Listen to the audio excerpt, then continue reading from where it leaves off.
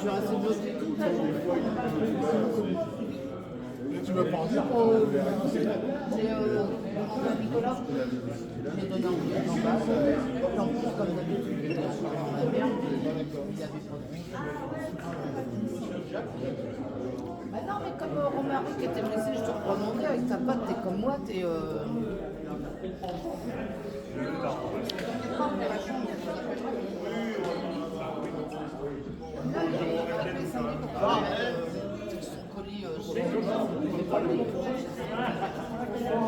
Je l'aurais appris parce que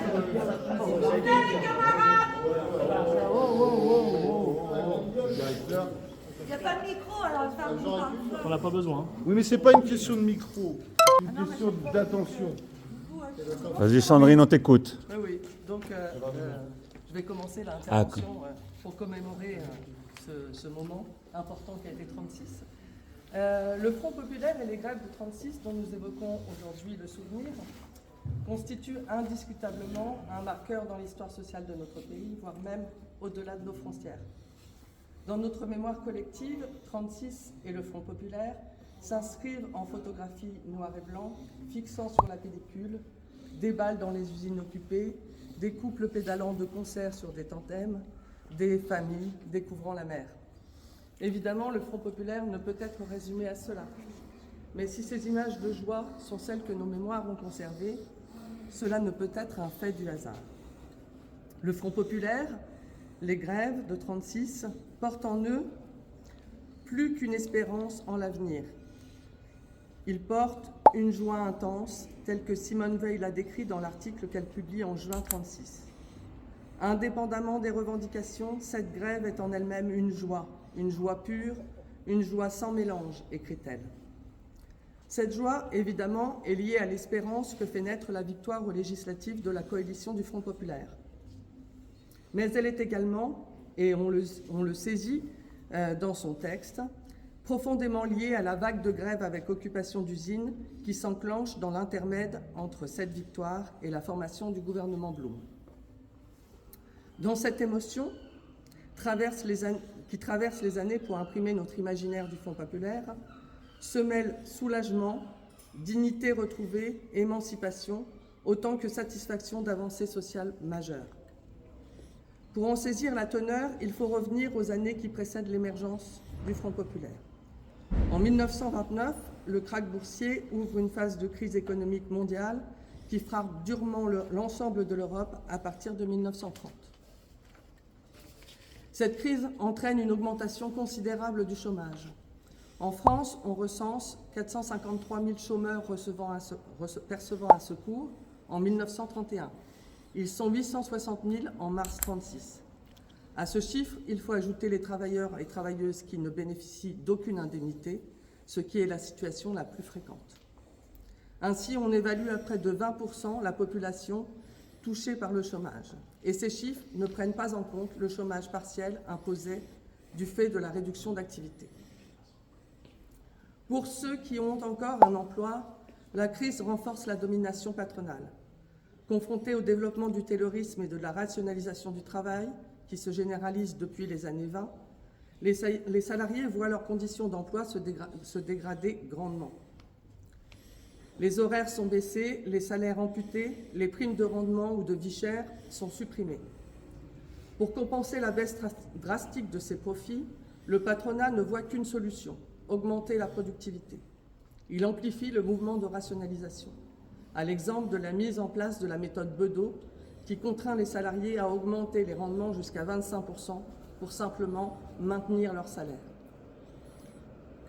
Dans le monde paysan, la chute des cours qui entraîne les ventes saisies cristallise les difficultés auxquelles font face les agriculteurs. Dans cette situation de montée du chômage de masse et de domination patronale, le mouvement syndical, comme les partis de gauche, se présente divisé. À partir de février 1934, la crise économique se combine avec une crise politique majeure.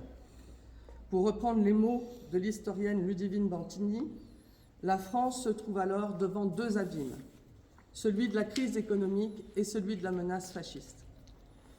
Le 6 février 1934, les ligues d'extrême droite organisent une manifestation qui vire à l'émeute. La crainte d'un coup d'État, crédibilisé par la victoire du nazisme en 1933, suscite une réaction qui précipite la réunification du mouvement ouvrier et l'alliance des forces de gauche au sein du Front antifasciste. Cette alliance ouvre la voie au Front populaire.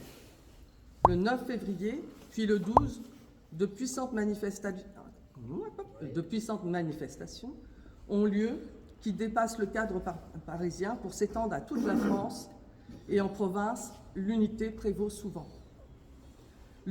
L'unité ne se décrète pas, et c'est bien sur le terreau de la multitude d'organisations locales, syndicats, associations, coopératives, mouvements féministes, que s'est construite l'exigence d'unité face aux dangers qui se précisent. De cela, nous en trouvons le témoignage au niveau local dans une plaquette réalisée par Jean Legois pour les 50 ans du Front populaire. Dans son état des lieux des syndicats havrais, il écrit « La lutte contre le fascisme est menée parallèlement à la lutte pour la défense du niveau de vie. Unis contre les fascistes en février, les travailleurs entendent rester unis contre les patrons. L'idée de l'unité germe et prend racine avec force. Déjà dans les comités de chômeurs, dans les luttes des dockers, des fonctionnaires, des marins contre la diminution des salaires, les travailleurs se retrouvent côte à côte, toutes tendances confondues. » Sur le terrain politique, au Havre, dès le 14 avril 1933, un accord d'unité d'action a été signé entre les sections havraises des deux partis PC et SFIO. Le 1er mai 1933, elle lance un appel commun invitant à réaliser l'unité d'action. Au niveau national, le 27 juillet 1934, un pacte d'unité d'action est ratifié entre ces deux organisations.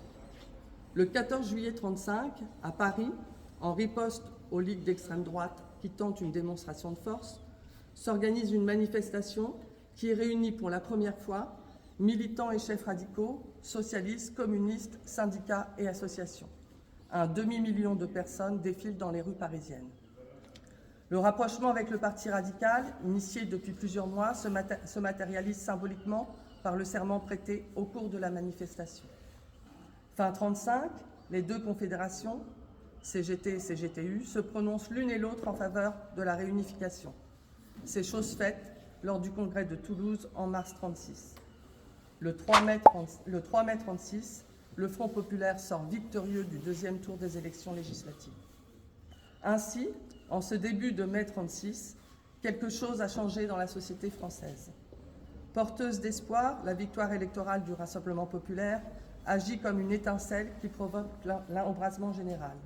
Simone Veil écrit « Chaque ouvrier, en voyant arriver au pouvoir le Parti socialiste, a eu le sentiment que, devant le patron, il n'était plus le plus faible. La réaction a été immédiate et cela commence au Havre. »